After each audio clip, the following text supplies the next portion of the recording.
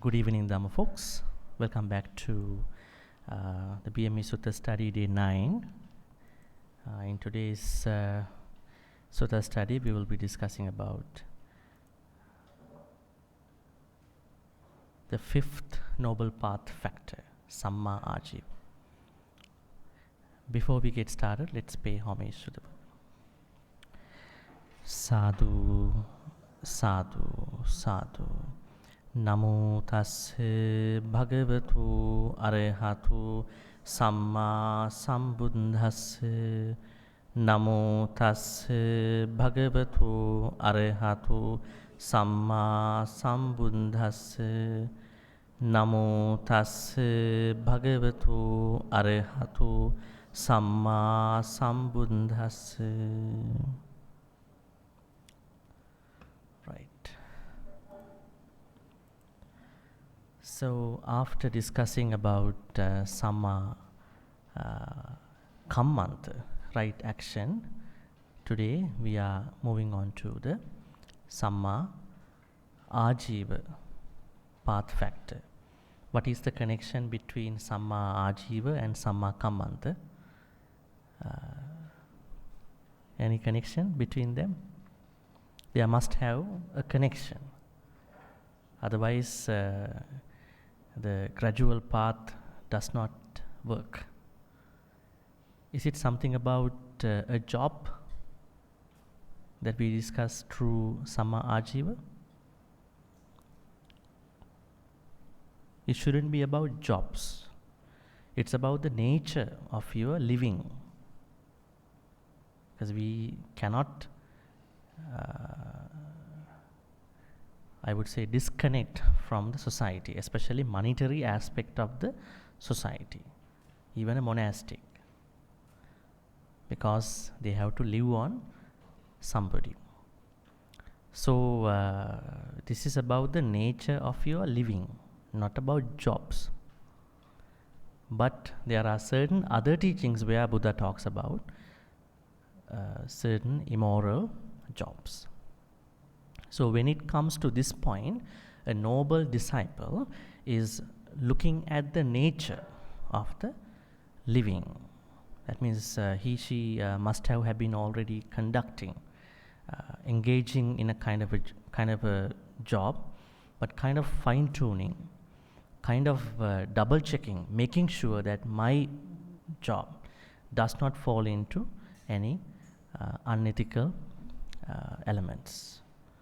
Alright, so let's get started one more time about the connection. Now, when you have the right view, when your view is purified, then you are able to come up with the right thoughts, intentions. Because we believe in Buddhism, right thoughts are rooted in the right view. Otherwise, you are not able to come up with right thoughts or intentions randomly. There must have been a sort of purification in your perspective in order for you to have wholesome, holistic intentions or thoughts. Once you have the right intentions, that helps you to come up with what you call good speech, good words, and you understand the certain areas of speech very well. You're going to be a very good person in speaking, right? Speaking in terms of wholesome speech. And thereby you are able to move on to the next level. The next level is right action, and your actions going to be wholesome, holistic too. Now, while these things are happening, then you are coming into a certain point in your path where you're going to make sure that your living is free from any unethical aspects. Let's go to the notes. All right. Okay, this word Ājīva. Now, in Pali, is a word which we talk about limitation. I would say probably a certain separation from something. or it's kind of denoting the dependence of something. Jiva is living. So your living depends on a certain limited scope of your working. Ājīva, right? It could be good Ājīva or bad Ājīva. It could be wholesome or unwholesome. This is where the Buddha talks about primary, I would say, types of works in which lay people should not engage that much. But we have to be careful because we are looking at it from the 21st century now, not from the Buddha's time. Right? If you take everything as it is from the Buddha's time, you're going to practice a very unpractical Buddhism. Like thinking that, I'm not touching money, but money has become now digital. Hey, don't offer me money. Right? It is digital. The money has been not a physical thing anymore. Right? So we have to understand how the nature of money works, right? So in the same way, Buddha at that time described that there are 5 types of businesses. If lay people could consider way before they jump into those work, they could avoid as much as possible. But there are exemptions at the moment in today's world. You can see Panchame Bhikkhave Vanijja Upasakena Akaraniya. Who is Upasaka? It's a word for lay people, Upasaka and Upasika. Upasaka means someone who has taken Tiratana, 3 refuges, Buddha, Dhamma, Sangha. Upasika is the female version of that person. So if you are Upasaka, Upasika, there's no word called Buddhist. Right? And Buddhist is fundamentally somebody who has gone to Buddha Dhamma Sangha, who has sought the help of Buddha Dhamma Sangha. That is a Buddhist. So a Buddhist, I would say Upasaka, Upasika, should not engage in Sattha Vanijja, and Sattha Vanijja, Mansa Vanijja, Majja Vanijja, Visa Vanijja. These are 5 types of, I would say, businesses that Buddha said it is good if they can avoid. But there are certain issues, many implications when it is going to be I would say, part of somebody's living. What are they? Sattha Vanijja, this one. Sattha Vanijja means weaponry. That means business in weapons, which is a very profit-making business in the world, especially the Western countries, and now joined by other countries too. They are waiting other countries start a war between them, right? So they can sell the weapons and all the other things. And Sattha Vanijja means business in human beings. I would say human trafficking, selling humans, selling everybody. It's happening everywhere, right? And Mansa Vanijja, which means business in meat, and Majja Vanijja, business in intoxicants, and Visa Vanijja, business in poison. So these were given as kind of a framework for us to avoid, and sort of so that we can find out something, free from these 5.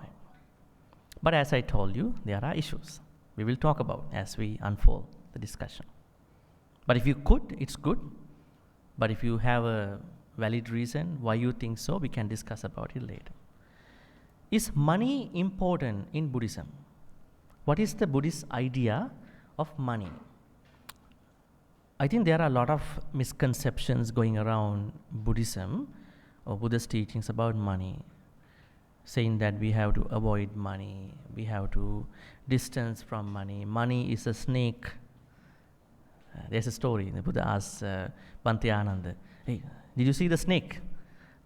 He said, yes, I saw the snake. Somebody's wallet, maybe some money was dropped. And somebody is going to touch that money and he will be sentenced to death after a while. So he was like looking at this incident and he said, "Did you see the snake. It's kind of an isolated incident though. What is the Buddhist thought about money or wealth? In the larger, broader word about money is wealth, right? It includes a lot of things: real estate, vehicles, many other things, businesses, money, right? What did the Buddha say about money? He said, we all have to use money. Nobody can distance from money. Control money. Never let money control you. Right? This is the idea. Never become a slave of money.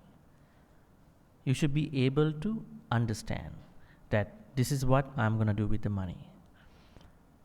It depends. Somebody might say, I'm a very thrifty person. Somebody might say, I have enough money to spend the life that I want to be. Somebody might say, no, I'm not enough. I want to make more. It's okay. But never become a slave of money and never let money control you. So this is the idea. Otherwise, if you say money is evil, that is un-Buddhist. Such an un-Buddhist thought.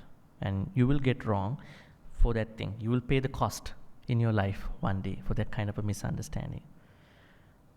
And wealth is the larger, broader perspective of the money thing.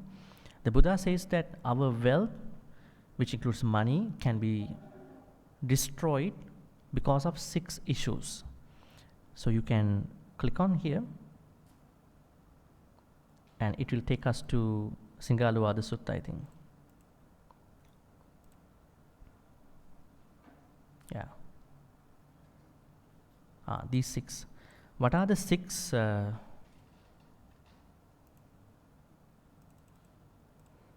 What are the 6 channels for, I would say, destroying, wasting your wealth, which you don't pursue? Intoxicants, and I would say moving around in streets at untimely hours. This is kind of a Buddhist idea at that time. And frequenting theatrical shows, and gambling, evil companions, papamitta, ignoble friends, and laziness. So the Buddha says that you need money. That is why he said that if you have these 6 issues, you will lose your money. Right? Indirectly, what it means is that you have to protect your money, not to become a slave, but to spend a very good life. Because if you become poor, it can jeopardize your spiritual health in a way. But this does not mean that poor people cannot practice Buddhism. They will practice their own way. You will practice your own way. Everybody practices Buddhism in their own way. It doesn't matter. But if you have some wealth, it will help you to practice Buddhism much comfortably. There's no doubt about it. This is one very important teaching about wealth, which includes money.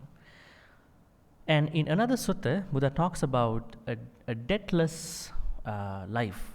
We don't like to depend on debt. 4 types of happiness for a householder like you, who is, engaging in sensuality. See? So the first one is the happiness of having. The Buddha says happiness of having something. It may be money, it may be something else, it may be so on and so forth. We call it atti dhana. There is the case where the son of good family has wealth earned through his efforts and enterprise, amassed through the strength of his arm, and piled up through the sweat of his brow. Righteous wealth, righteously gained. When he thinks, I have wealth earned through my efforts and enterprise, amassed through the strength of my arm, and piled up through the sweat of my brow. Righteous wealth, righteously gained. He or she experiences happiness. This is called the happiness of having. Right? So there is definitely a happiness of having, even education. Let's say you have a good partner, you have a place to live, right? You have food to eat. They all are types of happiness, right? And the second one is that not only you have what you call the stuff to enjoy, but also you feel you are enjoying them. Sometimes you have lots of money, but you don't feel that you want to eat. You want to spend that money. The Buddha says in one sutta, it is because you have given things in past lives with lot of expectations. Yeah. Ularesu panchasu kama gunesu chittanga namati. It's a statement in one of the suttas. That means if you give things to other people, monks or whoever, with lots of return expectations, then you will get them, but you are not able to enjoy them. It's a disaster, right? So anything that you are giving to somebody, if you give it with your right hand, let the left hand not know about that giving. Vice versa. That is the best way. And you have no strings attached to that generosity. So second is that not even that someone is happy that one has acquired wealth, which includes money, but also he or she feels I'm enjoying that thing that I earn, right? So there are another two types of happinesses. The third one is bliss, happiness of debtlessness, right? Nowadays we are largely driven by credit cards and mortgage, which you show that you can pay back. You can have a liability based on your expenses. But if you go on debt, that carries some of the implications, some I would say risks. So, but the Buddha says if you have no debt to pay back, it is happiness. Otherwise, you are going to sleep thinking how I'm going to pay back my bills, how I'm going to pay back my mortgage. A lot of stress over you, right? It doesn't mean do not go for a credit card, do not go for a mortgage. Go for them if you can afford, if you can do them very well, right? Finally, happiness of blamelessness in terms of making money. Like you made money, you acquired the money well through good ways, not through using black money, not hurting other people, not cheating on other people. All right, so these are very interesting teachings, so please click on them. I'm not going to detail them much more because we are more focused on the Sammā Ājīva part. As I told you, money is not evil. It will become evil the way how you perceive, the way how you going to use them, right? The way how you accept the perceptions of money or wealth. What is Sammā Ājīva? Now this is an interesting description given by the Buddha in the Maha Chattarisaka Sutta, Majjhima Nikāya 117. How many of you have come across these terms about Sammā Ājīva in your readings? Okay, that is why you have come here, right, to learn. Katamocha bhikkhave micca ājīva. Now, looking at what is wrong living.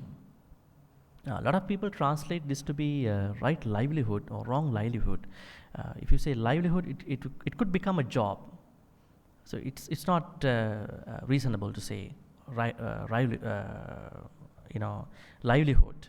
It could more perhaps be taken as living, because noble disciples don't go for a job at this point. Arya Sāvakas do not go for a job at this point. They have a job already. So I would translate this to be living. Okay, what is the bad type of living at this point? Kuhana, number 1. Lapana, number 2. Nemitikata, number 3. Nippesikata, number 4. Labhena labang nijikinsanata. Kuhana, Lapana, Nemitikata, Nippesikata, and Labhena labang nijikinsanata. Let's take a look at what they mean. Kuhana, scheming. Right? This is out of utter hypocrisy. That actually this was given to monks initially. So we had to understand how it works. Cheating people for a living by scheming. Now, in terms of monastic, this is how it works. We will look at lay version after. Hypocrisy in use of requisites. Paccaya patisevana. Now, for a monastic, if they are using your food, your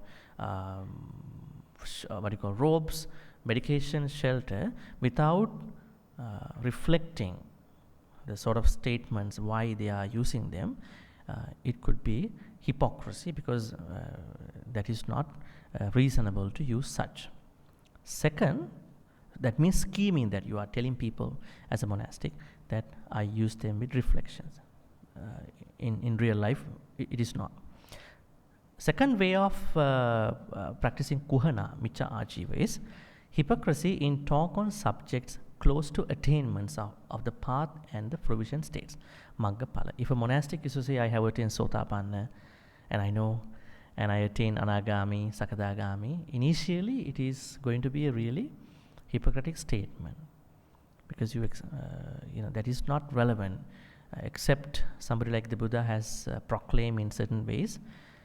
It is a very personal thing. Your attainments are personal. So, you don't like to share your personal things a lot, especially a spiritual attainment, right? So, but some might use to gain certain things in their life. Third thing is hypocrisy in change of postures to deceive lay devotees. Postures mean there are many stories in Buddhist text where some monastics, they deceive people by showing that I was in this posture before, now I'm in this posture. How come you became such? It is because I have certain attainments. You never know. So people, oh really? You have lots of. Yeah, people never know. So those are deceiving things, scheming. The Buddha said this is a part of kuhana. When you show them, devotees will become more impressed about you. Will do more dana, and then will offer more things to your temple. But don't do that. It is called what is called by kuhana. Now this is relevant to lay people. You should never show anything out of hypocrisy for other people to make a living, right? Now we have other levels of micca ājīva that we will be discussing. Now here, fundamentally, I would say, let's say you have a business where you are really good in that particular business, let's say an organic something. So you're getting a lot of good reviews and you get a lot of customers. So when you have the good customer base, at a certain point you are not producing as such anymore, because you already have the customer base, fan base. Then you are providing low quality, maybe inorganic stuff in the name of organic stuff. But people still buy it because you created a good name in your business, right? So that is kuhana. Now where do you relate this in your Panchasila? Is it Panatipata or Adinnādāna or Kāmisamiccāchāra, Musavada, Surami? Initially it is Musavada because you are doing some marketing, but the proper right word is kuhana, which comes under the micca ājīva. We should never cheat other people just to make something out of that for our life, be that money or reputation, by being hypocritic. Maybe even the selling and buying businesses too. So this is called kuhana. When it comes to the spiritual area, spiritual path, it is a very honest subject. Spirituality is a very honest subject, which means you cannot lie to yourself. That's why you should avoid telling other people what you are doing a lot. It is your personal life, right? Unless you learn something from somebody.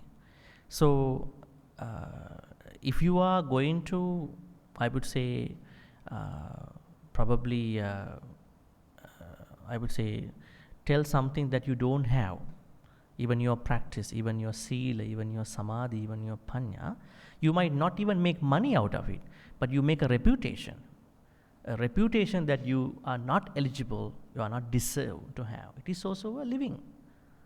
At this point, as I told you, noble disciple is not looking for a job, but looking for certain things to live happily. Reputation is one big thing, right? Now when a lot of people have money, the next thing is that they're expecting is validity of their life. I would say good name, reputation and all that. So people live based on that. If people talk good about you. So even if it is not money, but you are gaining some undeserved reputation, undeserved something from somebody, I think it is also part of kuhana. It is a miccha ājīva, wrong way of making a living, even a spiritual living, not even a monetary living also. Because now if it is relevant to monks, they don't work with money a lot. That means definitely spiritual living is also attached to this area. Second way of making a bad, I would say, unwholesome living is lapana, conversational deception. You could say marketing in the first place. Like people, they engage in designing, creating, profit making, and it could go in a good way. Marketing is not a bad business in the first place, but a lot of people might use it for making a life in bad ways. So now this means that you are making a living out of such bad means. I would say talking things that are not true. Yeah, maybe you are selling, I would say, low quality stuff in the name of good stuff. Maybe you are selling second-hand stuff in the name of brand new stuff, right? This happens in today's world, right? I mean, it's digital stuff. In many digital platforms, they, I would say, they make their marketing in wrong words, maybe purposely, right? So we call it conversational deception. I would say you are doing now. That one, the first one, kuhana, you might do it in your behavior. You won't talk that much. You show your behavior to make a living, spiritual or monetary. At this point, you are talking. You are talking, and then you are creating, you are, I would say, making people ignorant, and then you are taking the money onto your side, taking undeserved reputation and all that. So that is a bad way of making a life. Third, hinting, nemitte kata, making a living by deceiving people by hinting. How do we understand that? Hinting. Now there was a story that we know in the text. The story is about a monk. Let's see how it works for the lay people. In this story, a monk goes to a house, but the devotee doesn't want to offer food. And she said, Bhante, there is no food here. It seems that the monk does not walk away from that place. So then she said, okay, I'll go to a friend's house and then maybe a neighbor's house. I will find something to offer you. Then she left to find the food. At that time, the monk went into the kitchen of the devotee's house, and he noticed a couple of things in the kitchen. And now the devotee came in and said, Bhante, no food, nothing I could find. My neighbor also has nothing today. Then he said, yes, I knew it. Just before I am leaving the temple, I saw a certain weird thing. Then he started saying, I saw a cobra who is as same as what you call a certain type of thing that is in your kitchen, right? Maybe a sugar cane that you have in the kitchen. That sugar cane, I saw a cobra as same as long as that sugar cane hanging in your house, in your kitchen. Then I was a little terrified. I'm an unenlightened bhikkhu. Then I grab a kind of a stone just to make sure that I'm safe. That stone is just as the jaggery that is left on your countertop of your kitchen. And at that point, the cobra saw that I was grabbing the stone. He was a little startled. Then he opened the mouth, and then I saw his teeth just as the rice that are left in your kitchen. And then there was something came out from his mouth. It is as like something like ghee in your kitchen. And the devotee knew that. He is expecting something from my kitchen. I can't turn him down. So the Buddha says this is wrong living. This monk should not do that, because embarrassing the devotee and then embarrassing to the point that she can't help not offering that thing. So in the same way, I think lay people should understand that you should never do that kind of a situation in your businesses, probably pushing somebody to a certain level that person cannot help not giving, maybe not buying it or something like that. Hinting is as such. So Nemitikata means giving hints that you could do that. Maybe let's say that you are continuously denying to buy something, but the person who is selling that is pushing you harder, and then you are going to a certain place, you cannot help not buying it. You know, some people do that. Even pestering food, some people pester, you know. You should eat this, you should eat that. Maybe that person has a food issue, right? Maybe we don't know how that person consumes food, right? Pestering, forcing, festering. They are not good things. We should respect things, right? The issue is from another side. Somebody cooks a lot without understanding who is going to eat this much food. Now he or she wants to give it to people. Hey, you should eat. Otherwise, I'm wasting this food. It is the problem of the person who cooked that much, right? And then you are trying to make it somebody's terrible reality after that. Okay, hinting. That's also a bad way of living. Then belittling. Belittling means insulting. There are some people who insult, keep blaming other people all the time. They are always irritated people. Keep blaming. And then the other person feel very bad about what's going on, and finally going to be vulnerable to that person. This is also a very bad way of making a living, monetary or spiritual, right? Some people do it as a habit. That means if you do that, you are not practicing Noble Eightfold Path. You are practicing Miccha Ājīva. Even pestering, it is a place where you not practice Sammā Ājīva. Finally, pursuing gain with gain, motivated by covetousness. Labhena labha nijagena. What is the theory here? That means that person, or maybe you have already gained something from somebody. Let's say you have already gained a profit from somebody, maybe a customer, maybe somebody. Now you are using that profit to make more money, to make more living out of that particular profit from the customer, maybe from the person that you were able to get that.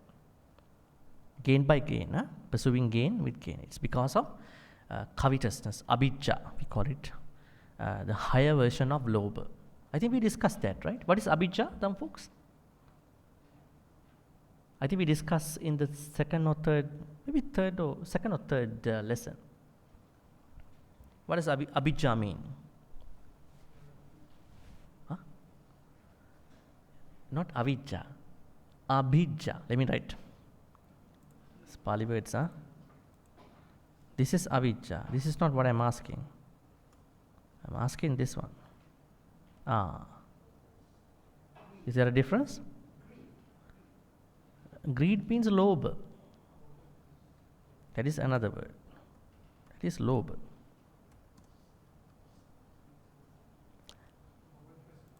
So abhijja means, as you can see here, this is, I would say, covetousness.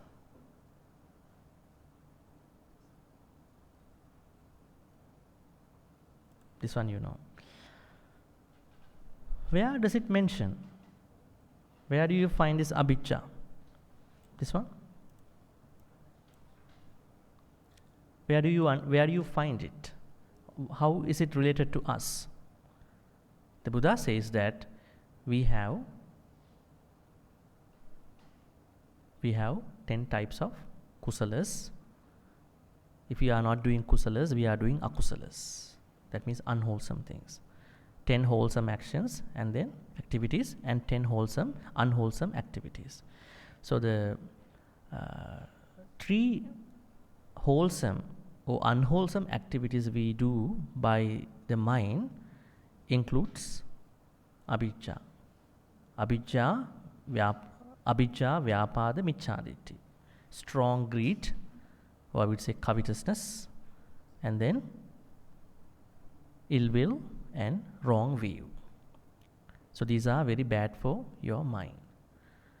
What are the opposite wholesome activities? Anabijja, right? We call it here. We call it anabijja. Anabijja means non-covetousness. Then avyapada. Avyapada means non-ill will.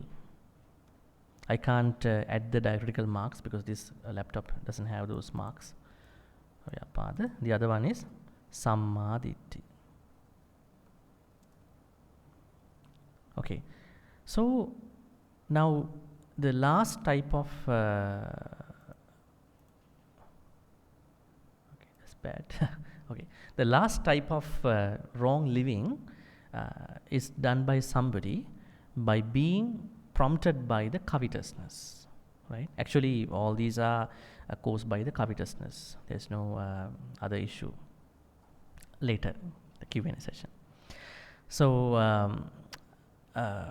now here, as I told you, it is where someone is creating a bad living, I would say unwholesome living, by making something out of that he or she got from somebody.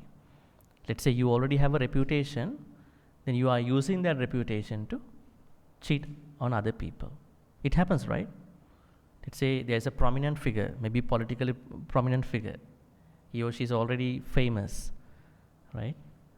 At that point, this person is going to use that recognition, reputation to make something that he or she does not deserve. Even a good person, even someone who has money. All right, so these are the 5 things. Hypocrisy, we would say kuhana. Lapana means talking. Nemitikata means hinting. Nippesikata means belittling. And labena labhang nijiginsanata means pursuing gain with gain. Now, Sammā Ājīva is still a little complicated. You know, we have to, as I told you at the beginning, we have to look into certain areas of our life. Otherwise, we are not able to understand them. Now, before we go into follow-up questions, these were questions asked by some students in my classes, so I just noted them for you to understand. Before we go there, I want you to understand how are we going to practice this Sammā Ājīva, because Sammā Ājīva is also practiced along with 3 other supportive path factors. What are they? Right view, right effort, right mindfulness. Now, how does right view help you to practice right living, Sammā Ājīva? Because of right view, you are able to separate out, I would say distinguish, this is kuhana lapana nemittikata, nippesikata, labina labha nijiginsanata, this is not.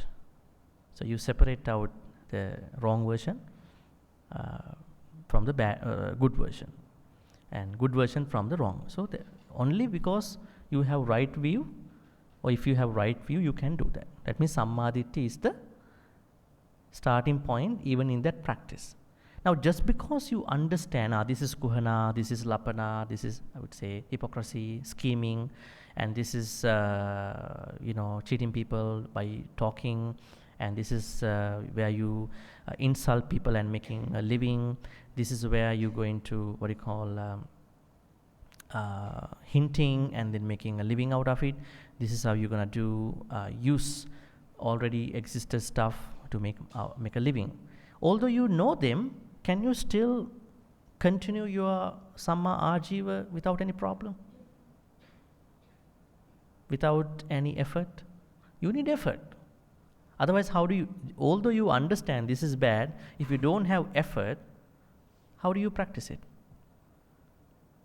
Right?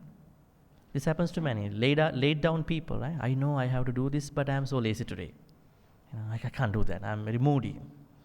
That means that moodiness, laziness have taken over of that person's Sammā Ājīva at this point.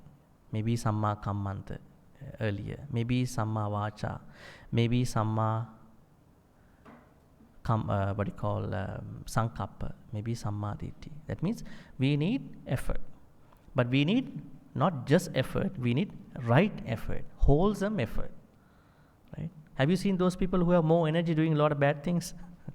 They got more energy today, they're doing here and there, insulting people and then picking on other people, making bad jokes. They are super energetic that day. It is not the energy we talk about here. This right effort. Right effort means preventing akusalas. You are having effort to prevent akusala. You are having effort to remove your existing akusalas. You are having effort to deepen your existing kusalas. And you are having effort to create non-existing kusala. That kind of a very interesting kusala-based effort is what we need here. Just because you have right view, just to separate out, this is good and bad, and effort, right effort, can you still exist, continue without a hassle? How does right mindfulness work at that point? What does right mindfulness do to us? Right mindfulness is the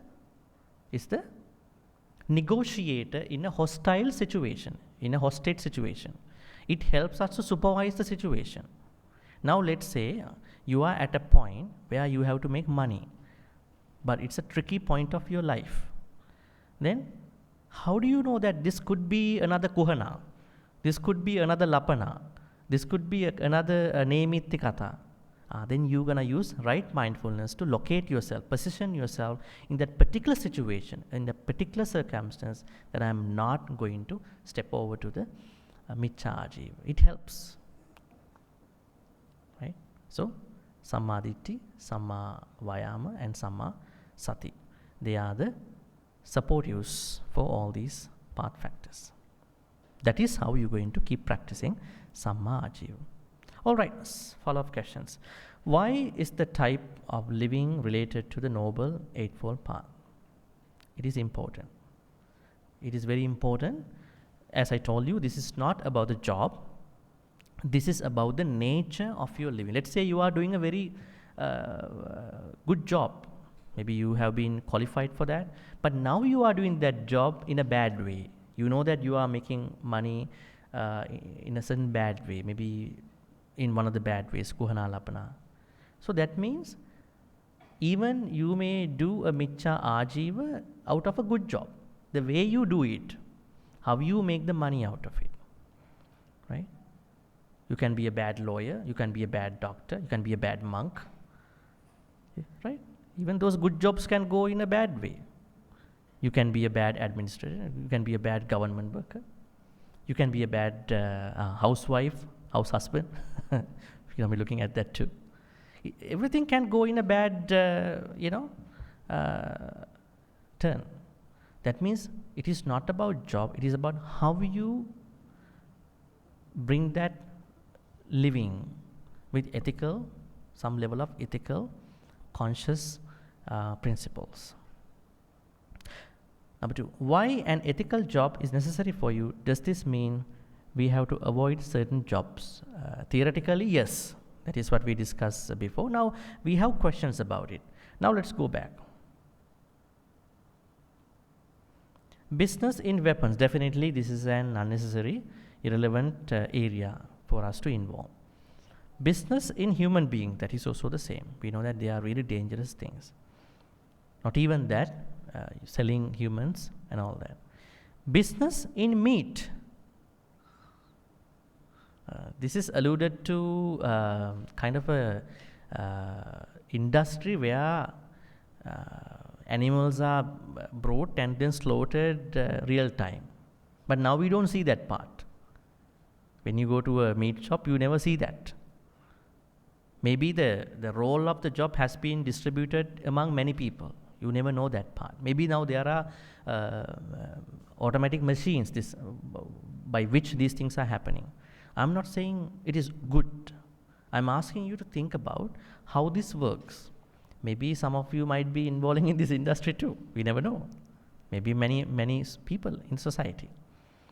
But the Buddha says that slaughtering kind of level of this work is not good, right? Majja Vanijja, that is business in intoxicants. Visa Vanijja means business in poison.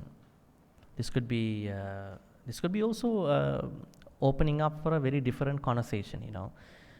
I would say pest control, right? Fertilizer, insecticides, pesticides, right? So we have to look at it from a modern perspective too, because we are not going to practice it as same as the Buddha's time people, right? I'm not saying our responsibility is not to kill anybody, right? This is the main thing that we are planning to do. All right. So there are certain areas where it is good to avoid, right? Does this mean we have to avoid certain jobs? Are the jobs of the Buddha's time simpler than what people have to do in today's world? Yes. They are more simple in today's world. So we have to look at it case by case. If you have some unethical thoughts getting promoted, at the same time, if you are having a lot of vicious, evil thoughts while you are working, right, then you have to avoid as such. Is Sammā Ājīva only for working people? So should you need to work only to practice Sammā Ājīva? No. Sammā Ājīva means the nature of your living. Now a lot of people work online. Maybe you are a housewife, house husband, you work through online sites. Then you don't need to physically go to a workplace anymore. Right? Maybe somebody is working at home. Maybe somebody is having a, I would say, childcare place. It is also a job, right? So it is not only for somebody who has a professional, who has a legit job. It applies to everybody, even to a monk or a nun. That is why we said about the monk version, monastic version. Because whatever the way you make a living, it could be monetary, it could be spiritual. That nature of living has to be ethical, right? That nature, not the job itself. Job also in a certain way, but mainly the nature of your work.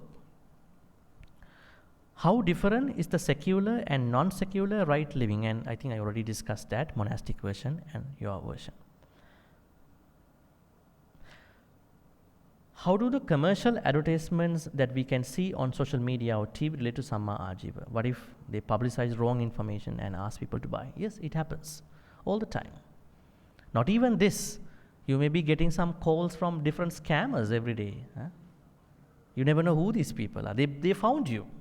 But they found you. Never know from where. Maybe some people, they are selling your information where you sign up.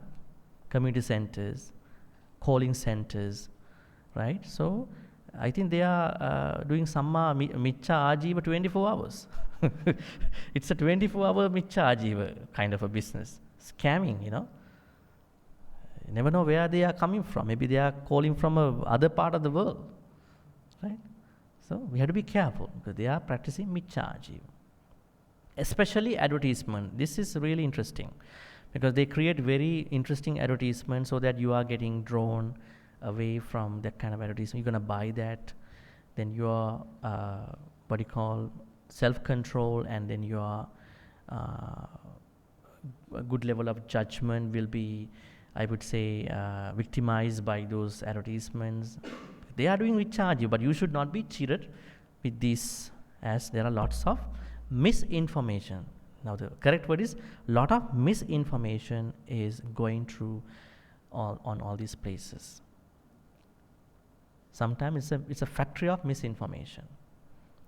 That's why now when you look up something on Google, you have to look up from a verified website.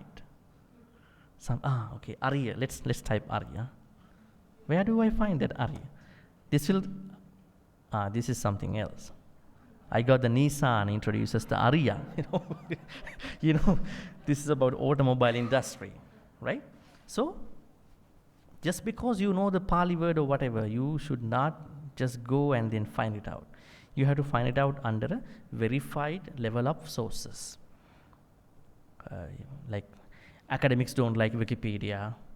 You can add a lot of things to Wikipedia, right? So in the same way, even if you look for medical information, you have to look for certain verified information like Mayo Clinic and all that. So in a way, I think misinformation is everywhere. So you have to understand people are cheating on you just to make money, maybe just to get your views. YouTube, one of the very good places. Just because you are famous, you just go online and then you say whatever the things you want, people believe you, and they make money out of it on that video. They're getting a lot of views, right? And you disillusion, you ignorant. So we have to understand what a lot of people are doing is Miccha Ājīva. But you should not be a victim of that Miccha Ājīva. You should find out where to find the right information, where to get the right proper information. So advertisement is very interesting because there are good advertisements too. This is something same to the earlier question. What do you think about marketing and Sammā Ājīva? Yes, I mean marketing is not bad because I think even temples do marketing. Why not? They show their programs, events with beautiful, beautiful flyers, right? They do their own versions of things. Because we cannot avoid that society. I mean, if you do the marketing, you have to do it properly, in ethical ways, good ways, not cheating on people, right? Don't earn money in a profession that brings harm to others. What do you? Yeah, definitely. This is the moment of happiness, the sigh of happiness that we have just before we're gonna sleep every day. I'm not making money by, I would say, misusing somebody's interest, misusing somebody's something, right? So I think it's very important. So you should be able to feel that you are not making money by harming others, by harassing others, by taking other people's stuff. It is on one side adinna dana, on the other side musavada. Overall, it is Miccha Ājīva, right? It's kind of a very bigger perspective. What do you think about professions we choose that are a messy mixture of good and bad consequences? This is interesting. Well, I will leave that up to you in the Q&A. Is an effort to understand the antecedents and consequence of our work mindfulness? Yes. I mean, if you haven't done that, you can do so. Is what I'm doing a part of Sammā Ājīva? Have I really given some thoughts about my work? Am I really cheating on people? I might be in a part of a company, but am I really doing it with ethical ways, in proper ways? Does the right livelihood or living connect to ecological responsibility? Yes, we do think about it, especially when it comes to animal habitats, depriving of the animal habitats, depriving of human habitats, environment, then everything. It's kind of a very bigger concept. Yeah, we should be really concerned about it. There are modern conversations going on, definitely. So it is really relevant. Can we narrow down to limit living to our job? No, we can't. As I told you, jobs is a different area. The Buddha talks about jobs in a different way. But when it comes to the Noble Eightfold Path, it is not the jobs. It is the nature of your living, whatever the monetary or spiritual. What can we learn from G.Chandima Sutta about running an individual household? Okay. Now, what is G.Chandima Sutta? So click on that. Oh, it's not going. But I will explain to you. In this sutta, there is a gentleman, rich man, who comes to the Buddha saying that, Bhante, I'm a rich man. I enjoy in comforts, luxuries. I need kind of a teaching from you that is relevant to a businessman, a luxury man, that kind of a life.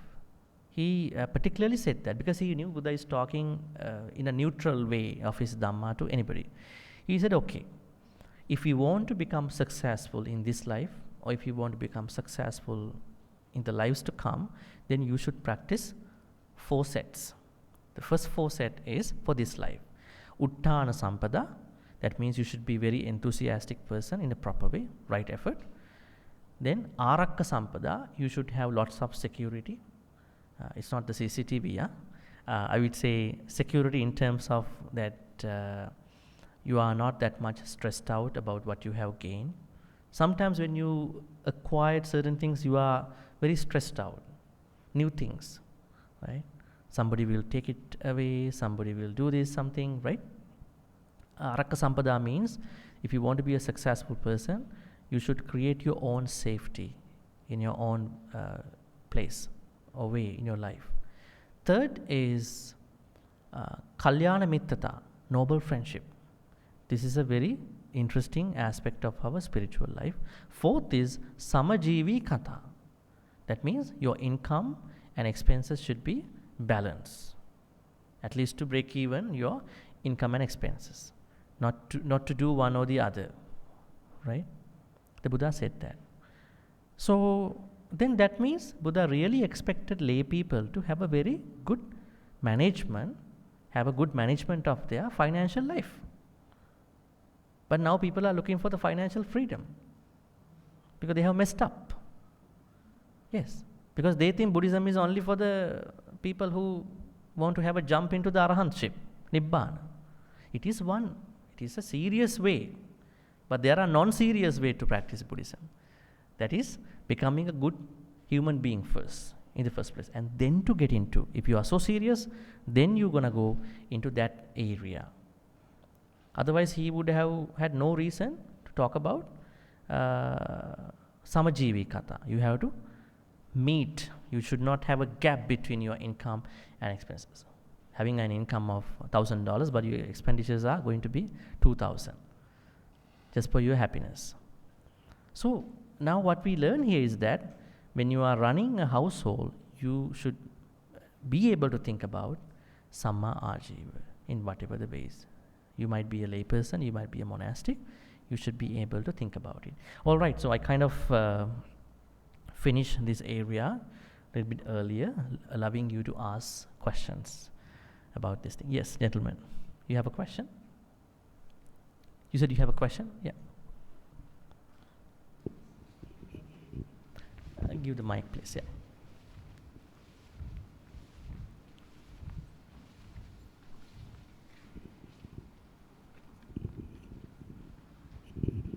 Bhante, just now when you were explaining about covetousness and non-covetousness, there is another term called ahimsa. Ahimsa, non-cruelty, which is related to the Sammā Sankappa.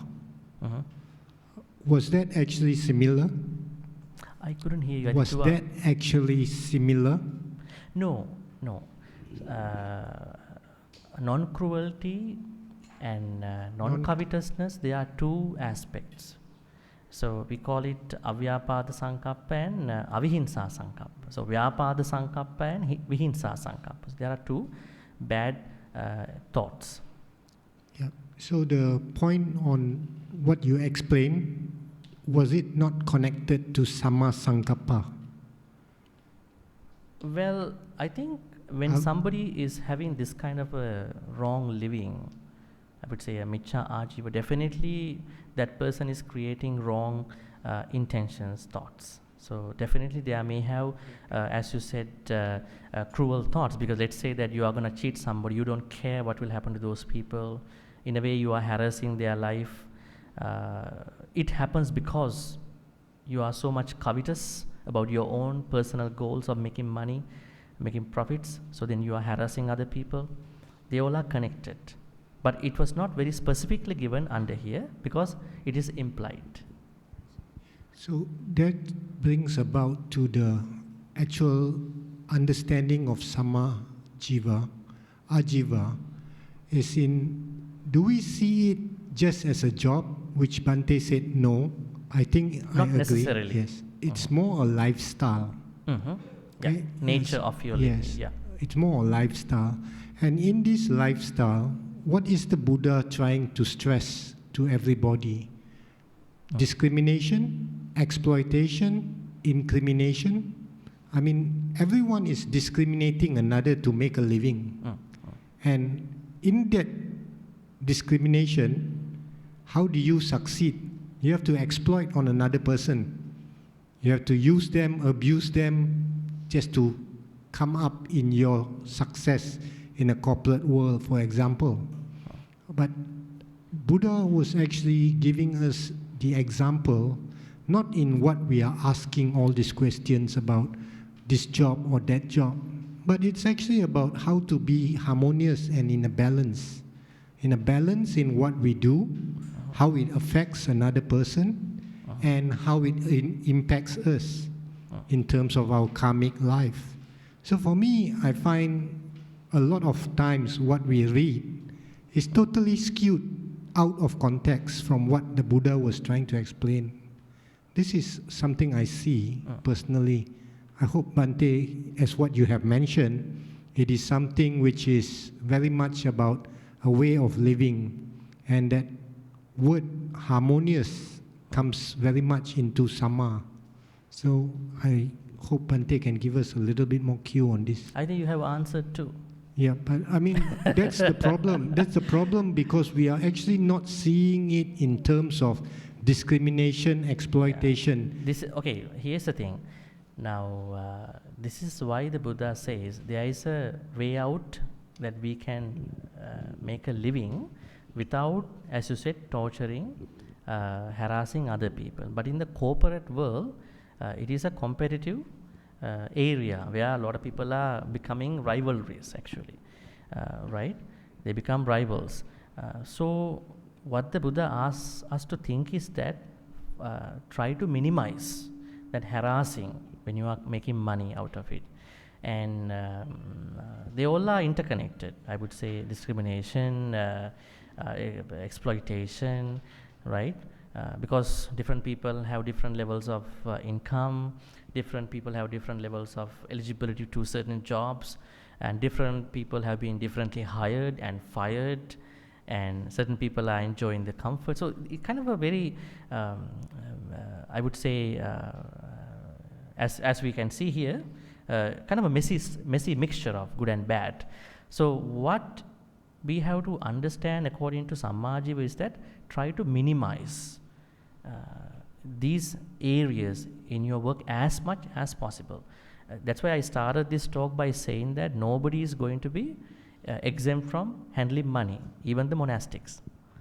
So we all are playing a kind of a monetary dimension in our own way. So do not become, I would say, dishonest to that. Money has become digital, so to the monastic side, and for you, it's about kind of a very messy mixture area of your working, and then there are a lot of good things and bad things too. So try to, I would say, minimize, reduce anything that you think not good for you, unethical. Because for some people it is okay. That is what we can do, because it is not in the hand of only the workers, right? Because workers are being used by the employers, right? Employees are being used by the employers. So I think different people have to play differently. Let's say you are a person who is running a big organization. Then at that point, you can incorporate certain things about Sammā Ājīva in your company, so that your employees can also do something, because our boss is somebody who has at least certain level of Sammā Ājīva. But what about the boss has Micchā Ājīva, and you have to work for him, right? You can't quit the job. You can't change your careers right away, right? So there are certain issues. I think we have to, if we're going to really talk about it at your personal level, we have to go case by case. Otherwise, we won't be able to understand. But keep in mind, let's try to minimize the Micchā Ājīva forms of living. Then at least you can make it to a certain level.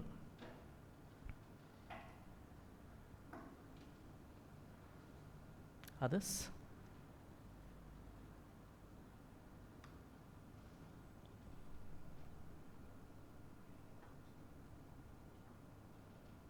Raise your hand, maybe somebody can give you the mic, whoever.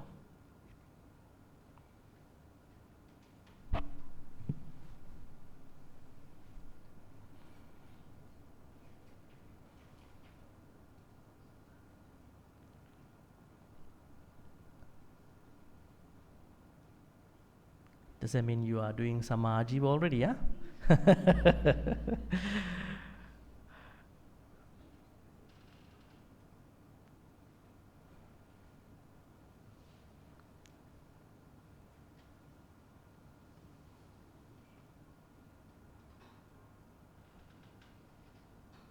So what will happen to someone, noble disciple at this point? It's very interesting to discuss. Now, noble disciple goes through, maybe starts the path with Sammaditthi, then Sankappa, Vacha, Kammanta. At this point, he or she makes sure that my way of living is free from Miccha Ājīva. I don't deceive people, I don't cheat on people for my living. How will that help that person, noble disciple, in proceeding on to the next level? What is the next level? Sammā Vāyāma. Now the Sīla part is going to be finished at this point. So that means the highest purification of your Sīla will end up with your way of living. Now, a lot of people think that their Sīla is only avoiding certain precepts, wrong side of the precept. But the highest purification, according to the Noble Eightfold Path, goes to the way of living also, right? Because it really helps you to practice. Then that will help that person to get into the Samadhi level, right? Samadhi starts from Sammā Vāyāma. That's very interesting.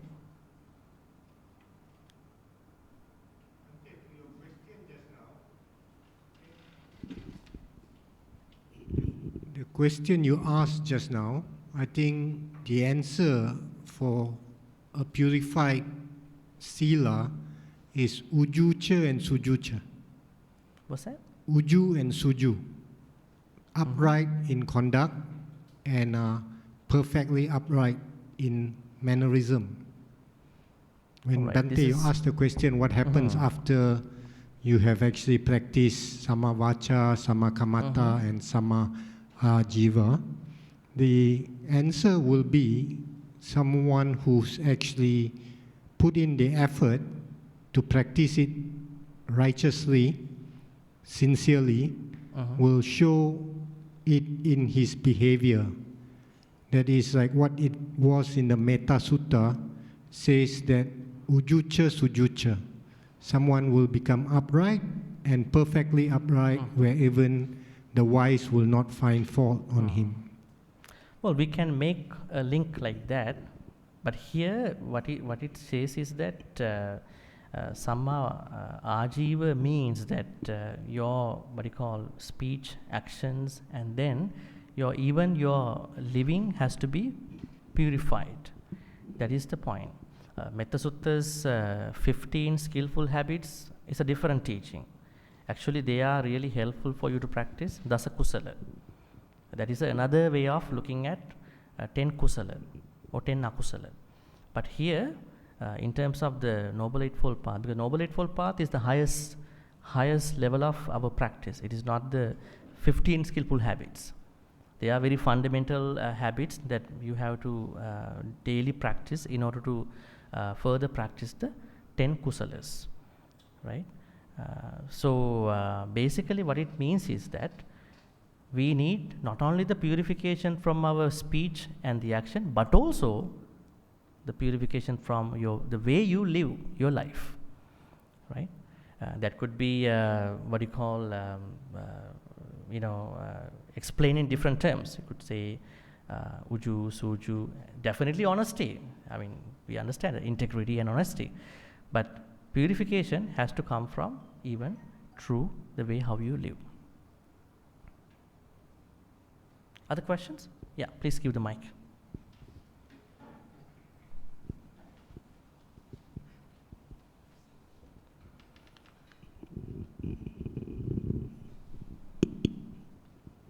Bhante, I'd like to go back to what he raised about corporations.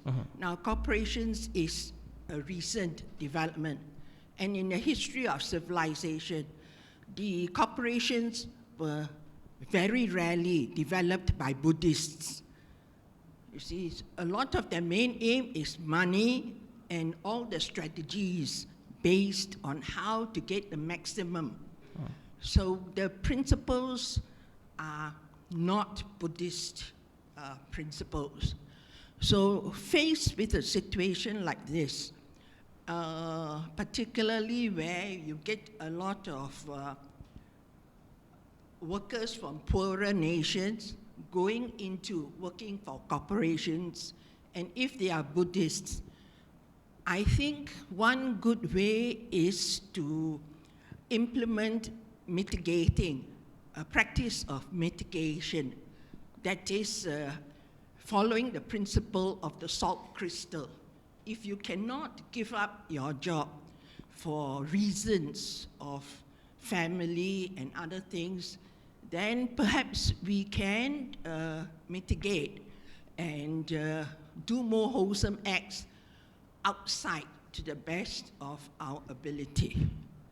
Bhante, are there any other strategies beside this? Thank you. I think Buddhism is not interested about how employers run their businesses.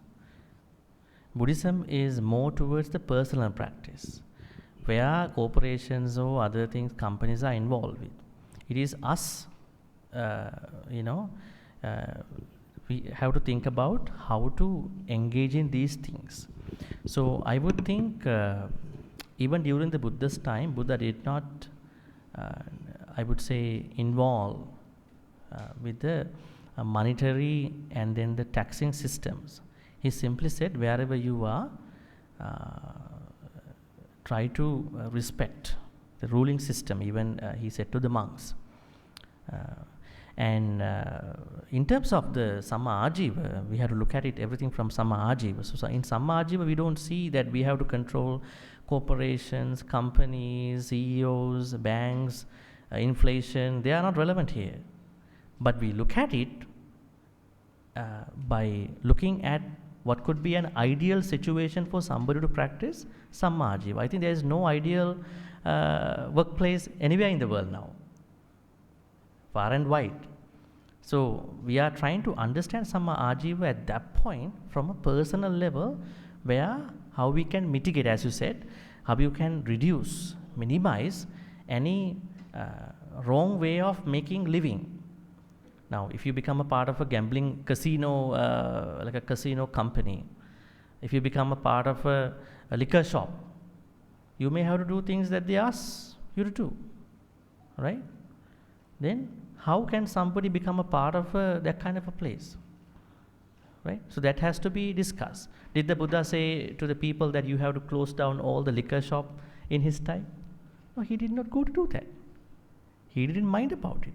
Let them who want to go there, and they will. But he said there are some repercussions. So in terms of Sammā Ājīva, what I again want to say is that try to check whether you are making mistakes. These mistakes when you are making a living. If you are doing such, then try to minimize. If so, try to avoid. But there may be some other people who cannot do anything out of these things because they can't change jobs. At that point, they have to understand the bigger purpose of why they are doing as such. Now, let's say pest control.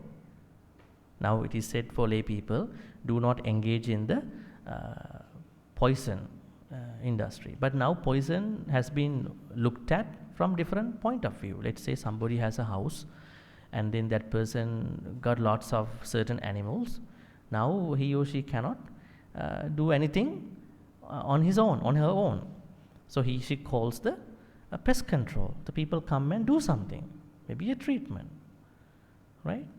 At that point, they are looking at the larger, greater good of the humans in that household. How do we look at it then with the poison industry here? That's why I said some of the things that the Buddha told at that time, we have to look at it carefully, not just take it as it is, if it is not other than the direct Dhammic points. That is one issue. Second is soldiers. Can't there be Buddhist soldiers carrying guns? Right? Now there are lots of wars are happening now for the boundaries and for the different rich stuff everywhere in the world. So what is the primary motive of a soldier carrying a gun? Soldiers are highly advised you should not trigger. You have to have a good discipline to carry the gun. You should never do it just because of a small thing. Right? And then, can't there be good soldiers?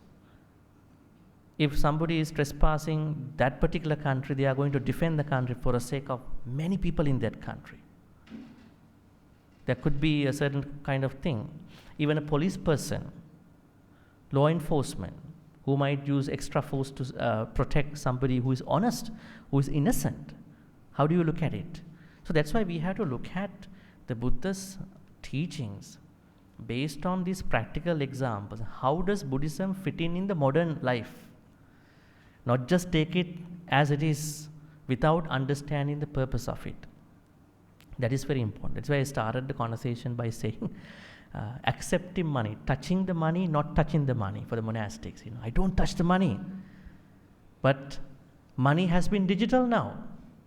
Everybody has a bank account.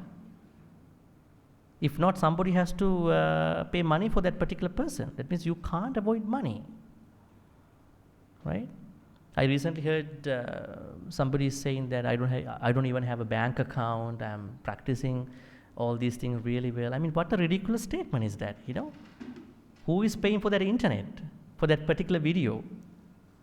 So that's why we have to look at everything in a practical, more friendlier way. Otherwise, we are practicing something that is really not helping us, benefiting us. That is why you see some, this is not a very good statement to say, some religions are making really good progress. But Buddhists, although they have all the good things, they are not making good progress as a community. Why is it? It is because they are not trying to understand the Buddhist teachings with the modern life. So this is one very good example to talk about. Can't there be Buddhist businessmen, businesswomen? Right? Can't they run a business, without incorporating all these Miccha Ājīvas? They should be able to run it. Right? Buddhists are not poor people. Buddhists are not homeless people. Right? They are not homeless people. Buddhists are conscious beings who understand the reality and then to make that living, be a monastic or a layperson. So I think Sammā Ājīva is not concerned about a lot of those particular activities of big corporations because they are not under our interest. They are not under our control also. It's a different entity. Maybe they are the ones who control the political figures in the world. They are the ones who control a big pharma in the world. But as normal beings, what we should do is we should try to minimize these areas of Miccha Ājīva as much as we can. And also for the people who are a part of those things, as I said, pest control, maybe law enforcement, they have to look at their work from a bigger, larger perspective, looking at the greater good, right? So that is how we are going to look at it. Otherwise, we are merely getting stagnated in certain areas which we don't understand.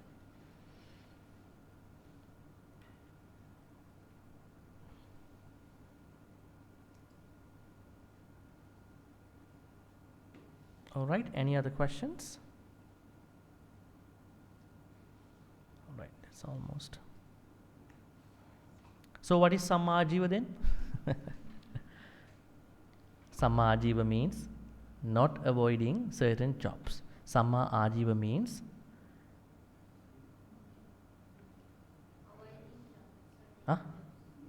Sammā Ājīva means a place or a stage where you, or I would say the noble disciple, is checking whether my living, monetary or spiritual, is going to work without these elements, without these kuhana lapana, bad ways of making that life.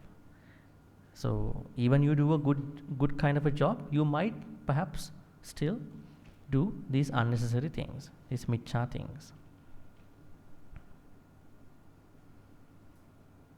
And why is Sammā Ājīva important? It is because this is the this is the highest purification in terms of your sila practice in the Noble Eightfold Path. In the Noble Eightfold Path, you don't see this in many other places, right? In other teachings, in other certain elements of Buddhist teachings, you don't see Sammā Ājīva a lot.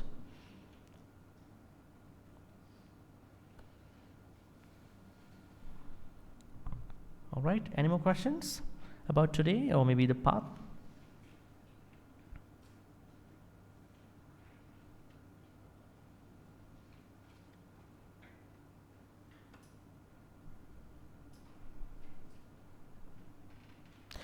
All right, if not, I wanted to tell you, now from next Monday, we are going into the Samadhi part.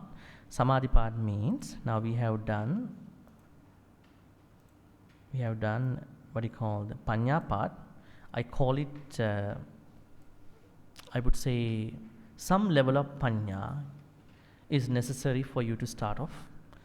But this is not the highest Panya. Highest Panya is at the, what you call, right knowledge when you become a real Arya, true Arya. And then we discuss about the Sila part, where we finish discussing about the right living today, as of today, Sammā Ājīva. Then, now when you have this sense of wisdom to start off the path, and when you have practiced a certain good level of your Sila, then you are fully eligible to make the move onto the Samadhi part. What is Samadhi basically?